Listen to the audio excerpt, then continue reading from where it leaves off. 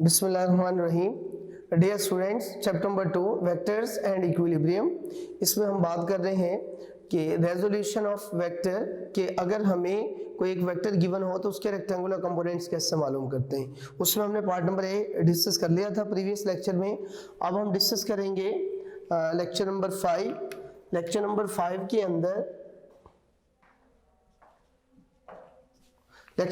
के अंदर उसका पार्ट नंबर बी करेंगे, vector from its rectangular component. अगर हमें वेक्टर कहा जाए कि फाइंड करें और उसके रेक्टेंगुलर कंपोनेंट्स हमें गिवन हो। इस प्रीवियस टॉपिक के अंदर हमें वेक्टर गिवन था और हमने उसके रेक्टेंगुलर कंपोनेंट्स मालूम किए थे, लेकिन इसके अंदर हमें रेक्टेंगुलर कंपोनेंट्स गिवन होंगे और हमने वेक्टर को फाइंड आउट करना होगा। अब इसमें जो वेक्टर हमने फाइंड करना है उसकी में आपको पता है कि वेक्टर में दो चीजें होती है। एक तो वेक्टर की मैग्नीट्यूड होती है और दूसरा वेक्टर की डायरेक्शन होती है। तो पहले हम वेक्टर की मैग्नीट्यूड निकालेंगे और उसके बाद वेक्टर की डायरेक्शन निकालेंगे। तो आपने पीछे जो राइट ट्रायंगल OPM पढ़ी थी उसके अंदर अगर हम पाइथागोरस थ्योरम अप्लाई करें तो पाइथागोरस थ्योरम क्या होता है, हाइपोटेन्यूज का square is equals to base का स्क्वायर प्लस परपेंडिकुलर का स्क्वायर। तो यहाँ पे जो हाइपोटेन्यूज है वो a है और जो बेस है वो ax है और जो परपेंडिकुलर है वो ay है। तो ऊपर इनके स्क्वायर है तो यहाँ पे स्क्वायर आ जाएंगे। हमने चूंकि इसकी मैग्नीट्यूड निकालनी है तो दोनों तरफ स्क्वायर रूट ले लें। जब स्क्वायर रूट लेंगे स्क्वायर से स्क्वायर रूट कैंसिल हो जाएगा और a बराबर आ जाएगा ax का स्क्वायर प्लस ay का स्क्वायर। इसी तरह हम वेक्टर जो a है उसकी डायरेक्शन भी निकाल सकते हैं। वेक्टर a की डायरेक्शन निकालने के लिए अगेन हम वही राइट ट्रायंगल OPM यूज करेंगे। डायरेक्शन हम हमेशा निकालते हैं टेन थीटा से और टेन थीटा बराबर होता है perpendicular over base. Perpendicular diagram के अंदर हमारे पास है PM और बेस हमारे पास OM है। और PM की वैल्यू ay के बराबर है और OM की वैल्यू ax के बराबर है।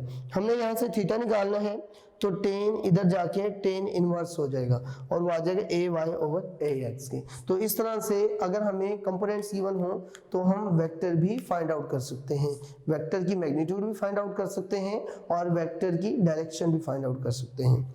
उसके बाद बच्चों नेक्स्ट एक डेफिनेशन है, शॉर्ट क्वेश्चन है कि what is the position vector, define position vector. अगर आपने स्पेस के अंदर किसी भी पॉइंट या पार्टिकल की लोकेशन या पोजीशन को बताना है तो उसको बताने के लिए हम एक वेक्टर यूज करते हैं जिसको हम नाम देते हैं पोजीशन वेक्टर।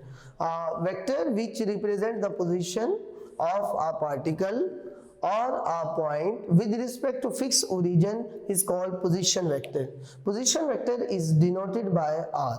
अभी जो पोजीशन वेक्टर है ये 2 डायमेंशनल प्लेन के अंदर भी हो सकता है और 3 डायमेंशनल प्लेन के अंदर भी हो सकता है। अगर हमारा जो पॉइंट है वो 2 डायमेंशनल मतलब XY प्लेन के अंदर लाई कर रहा है तो पोजीशन वेक्टर R बराबर होगा AI प्लस BJ। और अगर हमारा पोजीशन वेक्टर 3 डायमेंशन के अंदर अप्लाई कर रहा है मतलब 3 एक्सिस के दरमियान लाई कर रहा है, जैसे कोई भी बर्ड फ्लाई कर रहा है रूम के अंदर, तो उसके लिए हम 3 जो है कोऑर्डिनेट्स यूज करेंगे AI BJ प्लस C के। तो इस तरह से हम पोजीशन वेक्टर को लिख सकते हैं। अच्छा, इसके बाद बेटा जो नेक्स्ट टॉपिक है हमारा वो लॉन्ग क्वेश्चन है और इंपॉर्टेंट लॉन्ग क्वेश्चन है। लॉन्ग क्वेश्चन क्या है, describe the method of addition by vectors of rectangular components. हमने वेक्टर्स की जो है एडिशन फाइंड करनी है किस मेथड से, बाय रेक्टेंगुलर कंपोनेंट्स के अंदर। तो इसके लिए हम सपोज कर लेते हैं हमारे पास 2 वेक्टर्स हैं, एक वेक्टर A है और एक वेक्टर B है। वेक्टर A को हम OM से रिप्रेजेंट कर रहे हैं और वेक्टर B को हमने ON से रिप्रेजेंट किया हुआ है। ये डायग्राम में आप देख सकते हैं कि ये हमारे पास डायग्राम है, ये y एक्सिस है और ये x एक्सिस है। इसके अंदर हमने 2 वेक्टर्स लिए हैं, एक तो ON है और दूसरा OM है। ON रिप्रेजेंट कर रहा है वेक्टर B को और जो OM है वो रिप्रेजेंट कर रहा है वेक्टर A को। ये दोनों वेक्टर्स को अगर हम हेड टू टेल रूल के मुताबिक ऐड करें तो हमारा जो रिजल्टेंट वेक्टर R है वो बराबर आ जाएगा A प्लस B के। अब हमने करना क्या है, अब हमने वेक्टर A, वेक्टर B और वेक्टर R उनको उनके रेक्टेंगुलर कंपोनेंट्स के अंदर रिजॉल्व करना है जैसे इससे प्रीवियस लेक्चर में किया था। तो हम क्या करेंगे, सबसे पहले x कंपोनेंट्स निकालेंगे रिजल्टेंट वेक्टर R के और उसके बाद क्या करेंगे y कंपोनेंट निकालेंगे rectangular component of vector R। तो इसके लिए हम क्या करेंगे, यहाँ डायग्राम को जरा ध्यान से समझे। यहाँ पे जो लाइन ओ क्यू है वो रिप्रेजेंट कर रही है एक्स कंपोनेंट की मैग्नीट्यूड को ऑफ वेक्टर ए, और यहाँ से जो क्यू आर है वो रिप्रेजेंट कर रहा है magnitude of x component of vector B, और इसी तरह से जो यहाँ से ओ आर है वो रिप्रेजेंट कर रहा है magnitude of vector R, X component of vector R. तो by head to tail rule के मुताबिक अगर इनको हम ऐड करें या वेक्टर्स को हम ऐड करेंगे तो यहाँ से देखिए ओ क्यू जो है वो मैग्नीट्यूड है एक्स कंपोनेंट की ऑफ वेक्टर ए, और क्यू आर है जो वो मैग्नीट्यूड है vector x component of vector B की, और जो ओ आर लाइन है वो मैग्नीट्यूड है x component of vector R की। इन तीनों कंपोनेंट्स को अगर हम ऐड करें यहाँ ओ आर, तो ये किसके बराबर आ जाएगा, O Q plus Q R. तो यहाँ डायग्राम में आप देख सकते हैं ओ आर बराबर है O Q plus Q R. यहाँ पे वैल्यू पुट कर दें, आप ये भी देख सकते हैं कि जो क्यू आर और ए एम एस है ये दोनों बराबर हैं, तो यहाँ पे क्यू आर की जगह हम एम एस लिख सकते हैं। डायग्राम के अंदर जो ओ क्यू है वो बराबर है ए एक्स के, और जो एम एस है वो बराबर है पी एक्स के, और यहाँ से जो ओ आर है वो बराबर है आर एक्स के। तो इस तरह से हमारे पास जो रिजल्टेंट एक आर है उसके हमने एक्स कंपोनेंट का सम निकाल लिया। तो ये क्या शो कर रहा है हमें, ये शो कर रहा है This shows the sum of magnitude of x component of vector A, vector B and vector R। इसी तरह अब हम क्या करेंगे, हम y कंपोनेंट निकालेंगे of resultant vector R। y component निकालने के लिए हम क्या करेंगे, हमने अगेन जो वेक्टर A, वेक्टर B और वेक्टर R उसको उनके रेक्टेंगुलर कंपोनेंट्स के अंदर रिजॉल्व किया।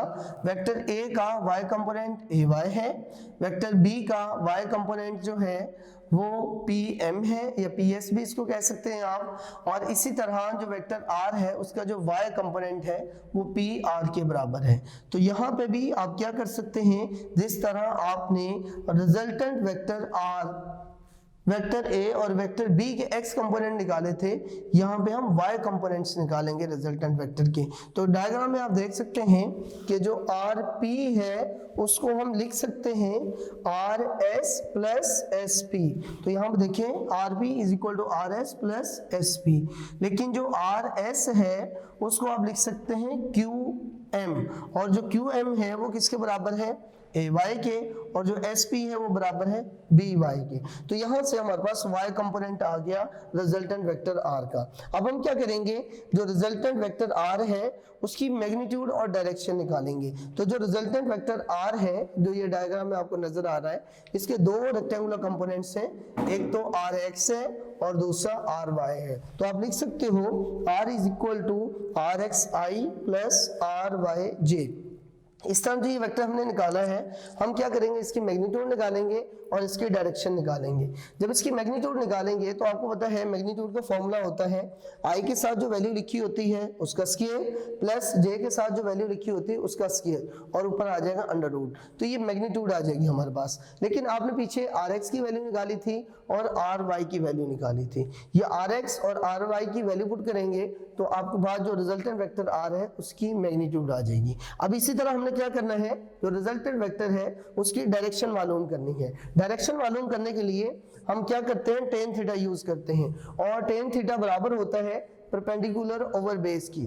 परपेंडिकुलर हमारा आर वाई है और जो बेस है वो आर एक्स है। यहाँ पे आर वाई की जगह हम लिख सकते हैं ए वाई प्लस बी वाई, और आर एक्स की जगह लिख सकते हैं हम ए एक्स प्लस बी एक्स। हमने चूंकि डायरेक्शन निकालनी है, थीटा मालूम करना है, तो हम टेन को दूसरी तरफ ले जाएंगे तो टेन इनवर्स हो जाएगा। यहाँ पे तो बच्चों हमने बात की कि हमारे पास टू वेक्टर हैं, वेक्टर ए और वेक्टर बी। लेकिन अगर आपके पास दो से ज्यादा वेक्टर हो, वेक्टर ए हो, वेक्टर बी हो और वेक्टर सी हो, बहुत सारे वेक्टर्स हो, तो उन वेक्टर्स को कैसे हम ऐड कर सकते हैं बाय रेक्टेंगुलर कंपोनेंट्स। तो उसके लिए हमने next heading the for several coplanar vectors. अगर बहुत सारे वेक्टर्स हो और एक ही प्लेन के अंदर लाई करें तो उनको हम कैसे ऐड करेंगे। सेम जैसे यहाँ पे हमने मैग्नीट्यूड की वैल्यू निकाली थी r is equal to A x plus B x का होल स्क्वायर।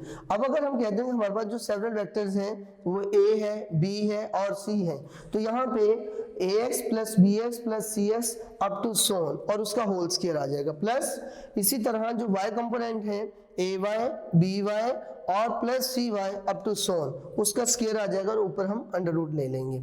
इसी तरह अगर हमने डायरेक्शन मालूम करनी है तो ऊपर जो फॉर्मूला आपने पढ़ा है उसमें लिख देंगे ay by plus cy up to सोन और उसके नीचे क्या आ जाएगा ax plus bx plus cx up to सोन। तो इस तरह से बच्चों हम क्या कर सकते हैं, बहुत सारे कंपोनेंट्स को ऐड कर सकते हैं। तो यहाँ से आई होप आपको जो है addition of vector by rectangular components clear हो गया है। अगर बच्चों कोई आपको प्रॉब्लम हो तो बेटा आप जो है मुझसे क्वेश्चन पूछ सकते हैं। अल्लाह हाफिज, मुलाकात होगी इंशाल्लाह नेक्स्ट लेक्चर में। Join Aspire to inspire, ख्वाहिश से तकमील तक।